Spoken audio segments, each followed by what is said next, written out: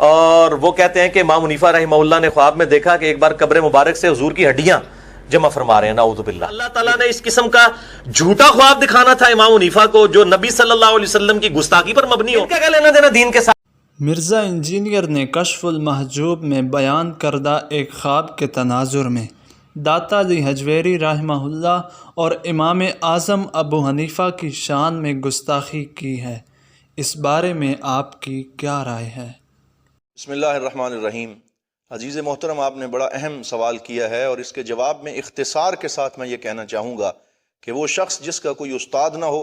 جس نے صحیح اصول و ضوابط کے تحت مصادر اصلیہ سے علم حاصل نہ کیا ہو اور باقاعدہ محنت نہ کی ہو اور صرف اور حاتب اللیل کی طرح چند کتابیں رٹ لی ہوں، تو اسی سے اسی قسم کی لافزنی کی توقع کی جا سکتی ہے جیسے مرزا انجینئر نے اس کلپ میں علماء، صلحاء اور ائمہ دین کی توہین کی ہے اور اس پہ وہ بڑا اترا رہا ہے۔ اگر مرزا انجینئر کو علم تعبیر الرؤیا کا پتہ ہوتا، اسے قرآن و سنت میں مذکور خوابوں اور پھر ان کی تعبیر کا پتہ ہوتا، تو وہ کبھی ایسی بات نہ کرتا کہ جس پہ ہر اہل علم جو ہے وہ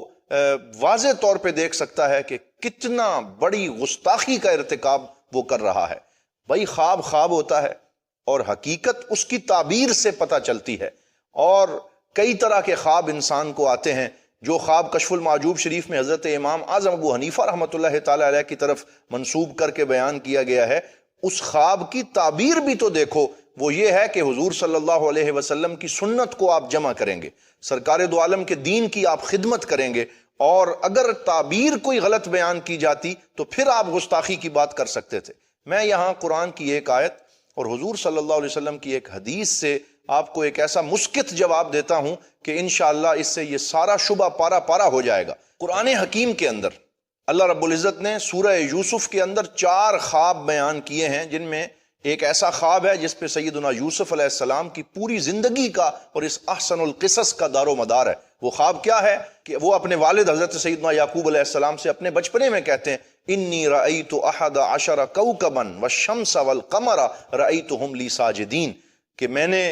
11 ستاروں کو اور شمس و قمر، سورج اور چاند کو دیکھا کہ وہ مجھے سجدہ کر رہے ہیں۔ تو اگر مرزا انجینئر کی اس منطق کے مطابق ایسا خواب دیکھنے والا جو ہے اس پہ گستاخی کا فتویٰ لگایا جائے تو اے مرزا، تیرا یہ فتویٰ کہاں تک جا کے پہنچتا ہے؟ اور حضرت سیدنا یوسف علیہ السلام کے بارے میں کیا پھر آپ یہ کہیں گے کہ انہوں نے ایسا خواب دیکھا؟ سجدہ تو رب کو کیا جاتا ہے اور وہ ستاروں اور سورج اور چاند کو اپنا سجدہ کروا رہے ہیں، تو یہ کیسا خواب ہے؟ جیسے مرزا کہہ رہا ہے کہ کیا اللہ تعالیٰ جھوٹا خواب نعوذ باللہ دکھاتا ہے؟ بھائی، خواب جو بھی ہو اس کی تعبیر سے حقیقت کا پتہ چلتا ہے۔ تو جب اس خواب کی تعبیر کیا ہوئی؟ کیا ستاروں نے حضرت یوسف علیہ السلام کو سجدہ کیا؟ کیا چاند اور سورج نے سجدہ کیا؟ نہیں، 11 بھائیوں نے سجدہ کیا، حضرت یعقوب اور ان کی زوجہ نے سجدہ کیا۔ تو اس سے یہ پتہ چلا کہ خواب الگ ہوتا ہے اور اس کی تعبیر سے معنی کا تعین ہوتا ہے۔ اور ساتھ یہ بھی یاد رہے کہ وہ سجدہ جس کا بیان سورہ یوسف میں ہوا ہے کہ بھائیوں نے اور ماں باپ نے ان کے تخت کے سامنے سجدہ کیا،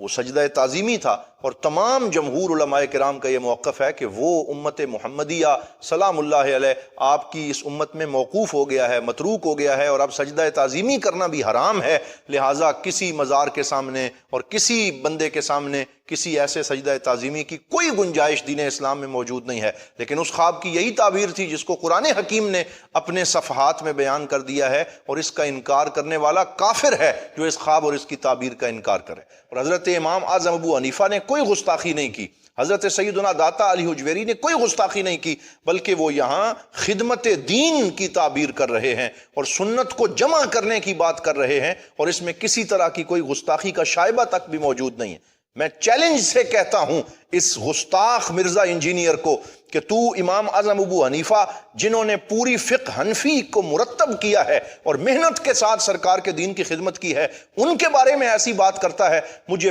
پورے امام اعظم ابو حنیفہ کے لٹریچر میں کہیں دکھاؤ کہ آپ نے کہیں یہ بیان کیا ہو اپنا عقیدہ کہ حضور صلی اللہ علیہ وسلم نعوذ باللہ مر کے مٹی ہو گئے یا آپ اپنی قبر میں زندہ موجود نہیں ہیں، بلکہ الفقہ الاکبر پڑھ کے دیکھو، اور حضرت امام اعظم ابو حنیفہ کے عقائد کسی بھی کتاب کتاب سے پڑھ کے دیکھو تو آپ کو پتہ چلے گا ان کا یہی عقیدہ ہے کہ الانبیاء احیاء فی قبورہم یصلون، کہ نبی اپنی قبروں میں زندہ ہیں اور ان کو رزق بھی دیا جاتا ہے اور وہ حیات انبیاء کے قائل ہیں۔ سیدنا داتا علی حجویری سرکار دو عالم کی حیات اور حیات برزخی کے قائل ہیں، لہٰذا گستاخی کا فتویٰ تو تم تب لگاتے جب انہوں نے حیات انبیاء کا انکار کیا ہوتا۔ تو پھر جب انہوں نے سجدہ کیا، قرآن پکار کے اس کی گواہی دے رہا ہے کہ اصل میں وہ خواب جو ہے اس کو نہ دیکھو بلکہ اس کی تعبیر کو دیکھو۔ وَرَفَعَ أَبَوَيْهِ عَلَى الْعَرْشِ وَخَرُّوا لَهُ سُجَّدًا وَقَالَ يَا أَبَتِ هَٰذَا تَأْوِيلُ رُؤْيَايَ مِن قَبْلُ قَدْ جَعَلَهَا رَبِّي حَقًّا۔ تو یہاں اللہ تعالیٰ فرما رہا ہے کہ حضرت یوسف علیہ السلام کے بھائیوں نے اور انہوں نے بھی پکار کے کہا کہ اے والد گرامی، وہ جو میں نے خواب دیکھا تھا آج اللہ تعالیٰ نے اس کی تعبیر دکھائی ہے اور اس خواب کو حق کر دکھایا ہے۔ تو خوابوں کے معنی کا تعین خواب سے نہیں کیا جاتا بلکہ خواب کی تعبیر سے کیا جاتا ہے۔ اس لیے اپنی ان بھونڈی حرکتوں سے باز آ جاؤ اور توبہ اور استغفار کر لو، ورنہ تمہیں توبہ بھی نصیب نہیں ہوگی کہ جتنی بڑی گستاخیوں کا تم ارتکاب کر رہے ہو۔ ذرا اس حدیث پاک کے اوپر بھی غور کر لیجئے جو صحیح بخاری شریف میں بھی ہے، صحیح مسلم شریف میں بھی ہے، کہ حضرت سیدنا و مولانا محمد الرسول اللہ صلی اللہ علیہ وآلہ وسلم کی چچی جان حضرت سیدہ ام الفضل رضی اللہ تعالی عنہا نے کیا خواب دیکھا تھا۔ حسنین کریمین کی ولادت سے پہلے وہ سرکار دو عالم صلی اللہ علیہ وسلم کے پاس حاضر ہوئیں اور انہوں نے عرض کیا کہ انی رأیت فی المنام، میں نے خواب میں دیکھا ہے۔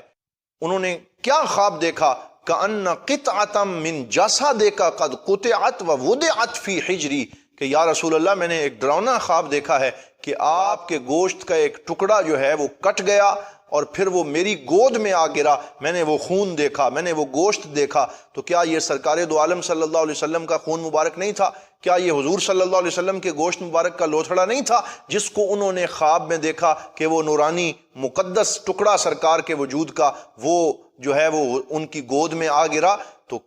لیکن اب کوئی یہ کہے کہ یہ بڑی گستاخی کر دی، ایسا خواب کیوں دیکھ لیا، سرکار دو عالم صلی اللہ علیہ وسلم کو اذیت پہنچا دی؟ تو بھائی خواب دیکھنے سے نعوذ باللہ کسی کے عقیدے کا تعین نہیں ہوتا۔ سرکار دو عالم صلی اللہ علیہ وسلم نے اس کی تعبیر میں کیا فرمایا؟ رأیت خیرن، کہ اے میری چچی آپ نے اچھا خواب دیکھا ہے کہ یہ جو آپ نے میرے جسم سے ایک ٹکڑے کو کٹتے ہوئے دیکھا اور اپنی گود میں گرتے ہوئے دیکھا، یہ کوئی ڈراؤنی چیز نہیں ہے بلکہ خیر ہوگی، اور خیر یہ ہوگی کہ میری بیٹی سیدہ طیبہ طاہرہ زکیہ بطول سیدہ فاطمہ الزہرا سلام اللہ علیہا، ان کے ہاں ایک چاند جیسا بیٹا تولد ہوگا اور وہ آپ کی گود میں کھیلے گا اور اس کا نام حضرت امام حسن مجتبی رضی اللہ تعالی عنہ ہوگا۔ تو کتنی خوبصورت اس خواب کی تعبیر ہے۔ تو خواب اپنی ظاہری نوعیت میں جب آتے ہیں تو ممکن ہے کہ وہ خواب جو ہیں ان کے معنی کا ہمیں پتہ نہ ہو، لیکن جو معبر ہوتا ہے جسے تعبیر الرؤیا کا علم عطا کیا جاتا ہے تو وہ جانتا ہے اور وہ پھر صحیح طریقے سے بتا سکتا ہے کہ اس کی خواب کی صحیح تعبیر کیا ہے۔ قرآن کریم میں اللہ رب العزت نے حضرت یوسف علیہ السلام کے بارے میں بھی یہ فرمایا کہ ہم نے انہیں خوابوں کی تعبیر کا علم سکھایا۔ تو اس سے یہ پتہ چلتا ہے کہ مرزا انجینئر صاحب، آپ کو جس بات کا پتہ نہ ہو اور جس علم پہ آپ کو عبور نہ ہو، آپ اس میں ٹانگ نہ اڑایا کریں بلکہ پہلے اللہ سے وہ علم مانگا کریں۔ جن کو تعبیر الرؤیا کا علم عطا کیا جاتا ہے وہی اس کی صحیح تعبیر کر سکتے ہیں۔ تو میں یہ عرض کرنا چاہوں گا کہ اللہ رب العزت ہمیں اپنے عقائد میں پختگی بھی عطا فرمائے اور اپنے بزرگان دین اور وہ اولیاء اور صلحاء جنہوں نے دین کی خدمت کی ہیں وہ ہم سے لاکھ ہاں درجے بہتر ہیں، اللہ تعالی ہمیں ان کے احترام اور ان کی عقیدت جو ہے وہ بھی نصیب رکھے۔ وآخر دعوانا ان الحمد للہ رب العالمین۔